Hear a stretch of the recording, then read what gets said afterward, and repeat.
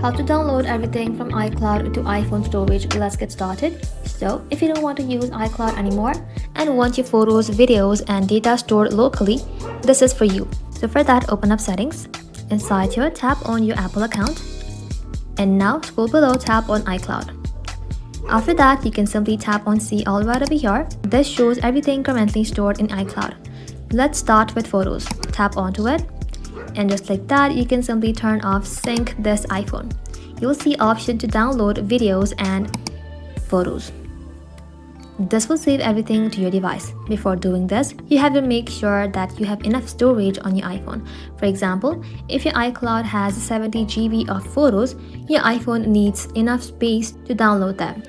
Once you're ready, you can simply turn off Sync, and you can do the same for contacts. Just like that, just turn it off and then tap on Keep on my iPhone. Now for Safari, you can simply toggle off this button and choose Keep on my iPhone as well.